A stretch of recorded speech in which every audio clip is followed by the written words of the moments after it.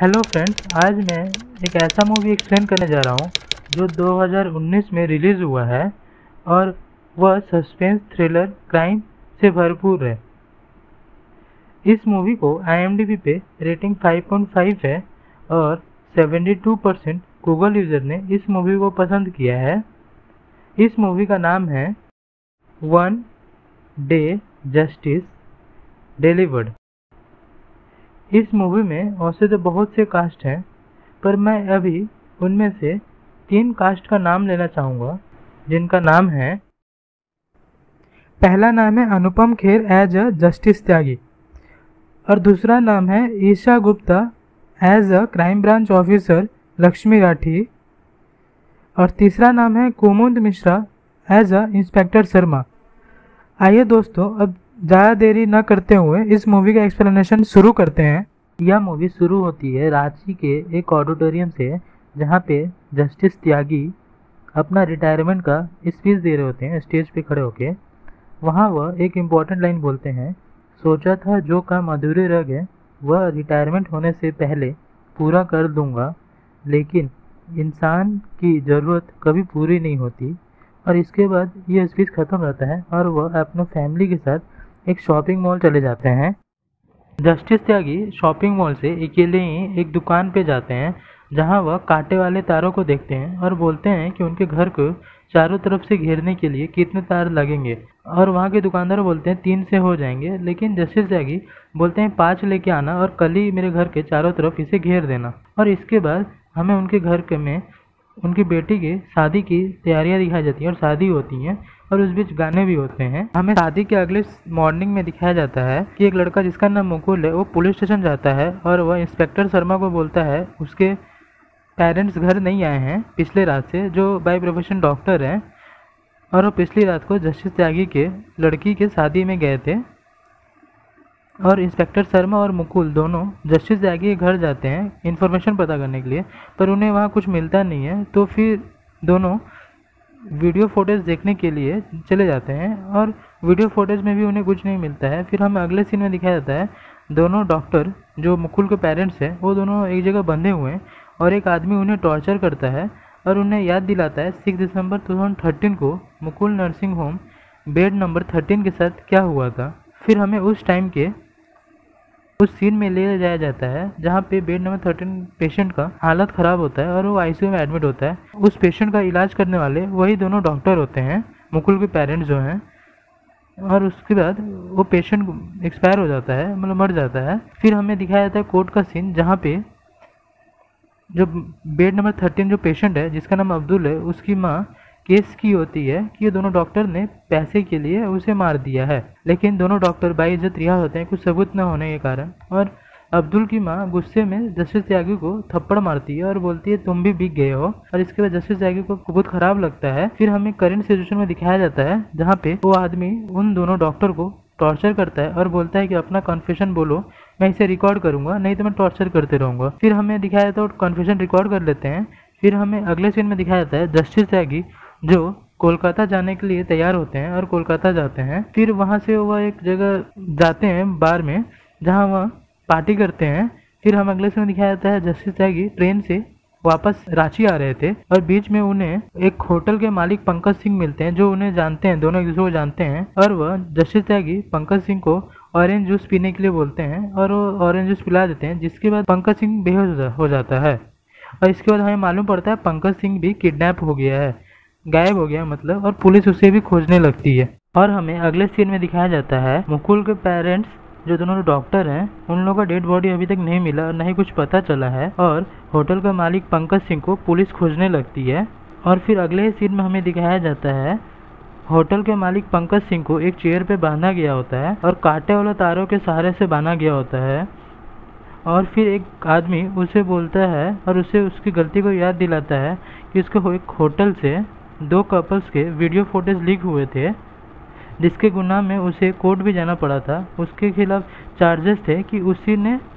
उनके video footage leak कराए हैं, और फिर उसके खिलाफ सबूत न होने के कारण वो कोर्ट से बाइज्जत रिहा हो जाता है, मतलब बच जाता है। और फिर हमें करंट सिचुएशन में दिखाया जाता है कि वो व्यक्ति उसे बोलता है कि अपना गुनाह कबूल करो इस कैमरे में देख के, नहीं तो वो आगे और भी टॉर्चर करते रहता है। फिर आखिरकार पंकज सिंह अपना गुनाह कबूल कर लेता है। और फिर हमें अगले सीन में दिखाया जाता है पुलिस स्टेशन में किडनैपिंग केसेस चल रहे हैं, दोनों के हुए हैं, पंकज सिंह और मुकुल के पेरेंट्स के। उसके लिए अब क्राइम ब्रांच से एक ऑफिसर को बुलाया जाता है इन्वेस्टिगेशन कराने के लिए। क्राइम ब्रांच ऑफिसर जो है लक्ष्मी राठी को बुलाया जाता है और हमें अगले सीन में दिखाया जाता है crime branch officer Lakshmi Rathi का एंट्री, और वह इन्वेस्टिगेशन करना शुरू कर देती है रांची में जो किडनैपिंग हो रहे हैं, जो 2 डॉक्टर के और होटल का मालिक पंकज सिंह का हुआ किडनैपिंग, और उनका अभी तक कुछ डेड बॉडी भी नहीं मिला, ना उनको पता चला, इसलिए इन्वेस्टिगेशन चलते रहता है। और हमें अगले सीन में दिखाया जाता है जस्टिस त्यागी जो अपने पूरी फैमिली के साथ एक होटल में डिनर करके रात में घर वापस आ रहे थे, तभी उन बीच में रास्ते में उनकी गाड़ी का चेकिंग होता है। एक चेक नाका से गुजरते हैं तभी चेकिंग होते हैं, और वहाँ पे इंचार्ज होती हैं crime branch officer Lakshmi Rathi, वही चेक करती हैं उनकी गाड़ी। पीछे गाड़ी के पीछे जो डिक्की होता है उसमें भी चेकिंग किया जाता है। और फिर हमें अगले सीन में दिखाया जाता है एक व्यक्ति जिसका नाम दिलावर है, वह एक जगह बंधा हुआ रहता है, उससे टॉर्चर किया जाता है और उससे पूछा जाता है कि बाजार में बॉम्ब रखने के लिए किसने बोला था और तुमने ये काम किसको दिया। वो बोलना नहीं चाहता था, फिर वो टॉर्चर करते हुए अपना कॉन्फेशन रिकॉर्ड कराता है। दिलावर ने अपना कॉन्फेशन रिकॉर्ड कराया, मतलब वो अपना गुनाह कबूल कर लिया, क्योंकि वो व्यक्ति इतना टॉर्चर कर रहा था इसलिए उसे अपना गुनाह कबूल करना पड़ा और सच बात बोल दिया, जिसका वो व्यक्ति ने कैमरे में रिकॉर्डिंग कर लिया और वह फिर चला जाता है। फिर हमें अगले सीन में दिखाया जाता है एक मंत्री जो क्राइम ब्रांच ऑफिसर के पास जाता है पुलिस स्टेशन में पूछने के लिए कि जो किडनैपिंग केसेस चल रहे हैं उसका अभी तक कुछ पता क्यों नहीं चला। तब crime branch officer Lakshmi Rathi बोलती हैं, वो चाल चलती है कछुए जैसा पर दिमाग है उनका लोमड़ी जैसा, और ये बात सुन के वो मंत्री वहाँ से चला जाता है। और इसके बाद क्राइम ब्रांच ऑफिसर और इंस्पेक्टर शर्मा दोनों किडनैपिंग केसेस का इन्वेस्टिगेशन करना शुरू कर देते हैं। और फिर तभी कुछ समय बाद पता चलता है crime branch officer Lakshmi Rathi को कि ये सभी केसेस एक दूसरे से जुड़े हुए हैं, क्योंकि जितने भी किडनैपिंग केसेस हुए हैं वह सब कोर्ट में केसेस गए थे और वह सब दोषी थे, लेकिन बाइज्जत रिहा हो गए। और फिर इन्वेस्टिगेशन करती हैं कि ये सब मामला क्या है, और उन्हें मालूम पड़ता है कि वो सब दोषी थे लेकिन सबूत न होने के कारण वो बाइज्जत रिहा हो गए। और इस सब में एक ही जज थे, जस्टिस त्यागी जज थे, इसलिए जस्टिस त्यागी को प्रोटेक्शन देती हैं पुलिस का, जिसके लिए इंस्पेक्टर शर्मा को भेज देती है उनके पास। और इंस्पेक्टर शर्मा जस्टिस त्यागी के प्रोटेक्शन में चले जाते हैं, लेकिन उन्हें घर जाने का जल्दी होता है क्योंकि दिवाली का टाइम रहता है। तो जस्टिस त्यागी समझ जाते हैं इंस्पेक्टर शर्मा को घर जाना है, इसलिए वह इंस्पेक्टर शर्मा को बोल देते हैं तुम घर चले जाओ, मैं परमिशन दे रहा हूँ। और इंस्पेक्टर शर्मा अपने घर चले जाते हैं। तब जस्टिस त्यागी अपना कार लेके एक कार मैकेनिक के पास जाते हैं। वहाँ पे अफजल नाम का एक मैकेनिक उनका कार देखने के लिए आता है, ठीक करने के लिए। तो जस्टिस त्यागी बोलते हैं ये कार में चलते समय ही प्रॉब्लम होता है, तो इसलिए जो अफसल था मैकेनिक वो कार में बैठ जाता है और जस्टिस त्यागी के साथ चला जाता है। और फिर हमें आगे मालूम पड़ता है जस्टिस त्यागी उस कार मैकेनिक को जो अफजल है उसे बेहोश करके किडनैप कर लेते हैं और सही रूम में ले चले जाते हैं जहाँ पे जितने सारे किडनैपिंग का कॉन्फ्रेशन हो रहा था, जिस रूम में, उसी रूम में ले जाते हैं। तब हमें मालूम पड़ता है जस्टिस त्यागी किडनैपिंग कर रहे हैं और वह फिर अफजल को बोलते हैं कि तुम्हें बाजार में बॉम्ब रखने के लिए किसने बोला था और क्यों रखा था। तो फिर अफजल गुस्सा होता है और बोलता है कि मैं कुछ नहीं बताऊंगा, लेकिन जस्टिस त्यागी इतना उसे टॉर्चर करते हैं कि वो तब सच बात बता देता है। और हमें तभी मालूम पड़ता है जो अब्दुल था जो हॉस्पिटल में एडमिट था और वो जो मर गया था वो भी हॉस्पिटल पहुंचा था उसी बॉम्ब धमाके के कारण, और उसी ने देख लिया था अब्दुल को बॉम्ब रखते हुए। और फिर जस्टिस त्यागी उस अफजल का गुनाह और जो बयान देता है अफजल, सच बात बताता है, वो सब एक कैमरे में रिकॉर्ड कर लेते हैं। और फिर मॉर्निंग में अगले दिन मतलब सुबह इंस्पेक्टर शर्मा को मालूम पड़ता है अफजल गायब हो गया है अपने दुकान से। और फिर inspector Sharma crime branch officer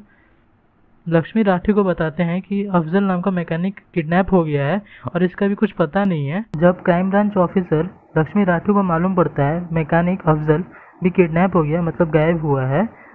तो फिर वह उसका भी क्राइम डिटेल्स पता करती है कुछ है कि नहीं, क्योंकि जितने भी किडनैपिंग अब तक हुए हैं उन सभी का कुछ ना कुछ क्राइम डिटेल्स है और वह सभी कोर्ट में गए हैं। इसलिए crime branch officer Lakshmi Rathi पता करती हैं तो उन्हें मालूम पड़ता है कि अफजल भी कोर्ट गया था बाजार में बॉम्ब रखने के कारण, पर गवाह न होने के कारण वो बाइज्जत रिहा हो गया। तब लक्ष्मी राठी इंस्पेक्टर शर्मा को बुलाती हैं और बोलती हैं कि ये सब मेरे को किडनैपिंग का पता चल गया, कौन करा रहा है और क्यों करा रहा है। ये सब काम रावत का है, क्योंकि वह अपने सभी गुनाह छुपाना चाहता है, इसलिए जिससे जिससे उसने गुनाह करवाए हैं उन सभी को मार रहा है। और यह काम रावत का ही है, क्योंकि रावत ने बाजार में बॉम्ब रखने के लिए दिलावर को बोला था, क्योंकि सिंपैथी वोट पाने के लिए, और दिलावर ने यह काम अफजल को दिया, और अफजल को बॉम्ब रखते हुए अब्दुल ने देख लिया था, और अब्दुल गवाही न दे दे इसलिए मंत्री ने दोनों डॉक्टरों को पैसा दिया था उसे मारने के लिए। और ये जो पैसा है ये पंकज सिंह के अकाउंट से गया था, और मिनिस्टर रावत को माइनॉरिटी वोट पाने के लिए उसने वीडियो फुटेज लीक कराया, और ये काम मंत्री के लिए होटल मालिक पंकज सिंह कर रहा था। फिर तब crime branch officer Lakshmi Rathi बोलती है इंस्पेक्टर शर्मा को, आप जाइए जस्टिस त्यागी जी के घर पे उनको प्रोटेक्शन दीजिए, और वह जाती हैं मिनिस्टर रावत के खिलाफ वारंट लेके आने। फिर ये सीन यही खत्म हो जाता है। और अगले ही सीन में दिखाया जाता है मिनिस्टर रावत एक खंडर जैसे घर में जाता है जो एक जंगल के बीच में था। उस घर में मिनिस्टर रावत अंदर जैसे ही जाता है, पीछे से इंस्पेक्टर शर्मा आते हैं और उसे धक्का देके गिरा देते हैं, और फिर पीछे से crime branch officer Lakshmi Rathi भी आ जाती हैं, और वह बोलती हैं मुझे तो आपके ऊपर पहले से शक था, क्योंकि जस्टिस त्यागी के घर में जब उनकी बेटी का शादी हो रहा था तब आप भी गए थे और दोनों डॉक्टर भी गए थे जो मुकुल के पेरेंट्स थे, लेकिन आप किसी भी वीडियो फुटेज में नहीं थे, और फिर आपका लोकेशन वहाँ मिला जहाँ पे दोनों डॉक्टर के लास्ट लोकेशन पाए गए किडनैपिंग से पहले, इसलिए आपके ऊपर पहले शक था। और पंकज सिंह जिस ट्रेन से कोलकाता से रांची आ रहे थे उसी ट्रेन में मालूम पड़ा कि जस्टिस त्यागी भी आ रहे थे, और उस ट्रेन में रात में चैन पुलिंग भी की गई थी, और उस समय आपका मतलब इंस्पेक्टर शर्मा का और जस्टिस त्यागी का फ़ोन लोकेशन पास में ही मिला, इसलिए दोनों के ऊपर शक हुआ। और वो बोलती हैं कि दिलावर का किडनैपिंग के समय भी दिलावर का जो फ़ोन लोकेशन था उस टाइम आप ही का लास्ट लोकेशन पास में मिला, और दिलावर का डेड बॉडी जस्टिस त्यागी के गाड़ी के पीछे डिक्की से निकालते हुए हमें दिखाया जाता है, जो इंस्पेक्टर शर्मा निकालते हैं और लेके चले जाते हैं। और फिर कार मैकेनिक अफजल का किडनैपिंग के टाइम वहाँ पे जस्टिस त्यागी का फ़ोन लोकेशन लास्ट मिला, और फिर अगले समय इंस्पेक्टर शर्मा का मिलता है, और फिर इसी समय जस्टिस त्यागी बाहर आते हैं उसी रूम में, और वो बोलते हैं कि उन्होंने किसी को मारा नहीं है, सभी का गुनाह बस रिकॉर्ड किए हैं जो इस पेन ड्राइव में है, और वह कुछ अपने गलतियां सुधार रहे थे जो वह कोर्ट के जज रहते हुए किए थे। और वो बोलते हैं इसमें इंस्पेक्टर शर्मा का कोई गलती नहीं है, उन्हें छोड़ दें, और वह घर चले जाते हैं और बोलते हैं कि मैं घर जा रहा हूँ, आप आके मुझे अरेस्ट कर सकते हैं। और फिर इंस्पेक्टर शर्मा और जस्टिस त्यागी उस रूम से निकल जाते हैं उस घर से, और फिर पीछे से हमें आवाज़ आती है 6 गोलियों की, और फिर मालूम पड़ता है क्राइम ब्रांच ऑफिसर ने जो लक्ष्मी राठी हैं उन्होंने उन 6 दोषियों को गोली मार दी है, और वह प्रेस कॉन्फ्रेंस में बोलती हैं कि इन्हें किडनैपर ने गोली मार दी है, और अभी हम किडनैपिंग का पता लगा रहे हैं। और फिर हमें अगले सीन में दिखाया जाता है जस्टिस त्यागी और इंस्पेक्टर शर्मा और क्राइम ब्रांच लक्ष्मी राठी को एक साथ, और ये मूवी यहीं ख़त्म हो जाती है।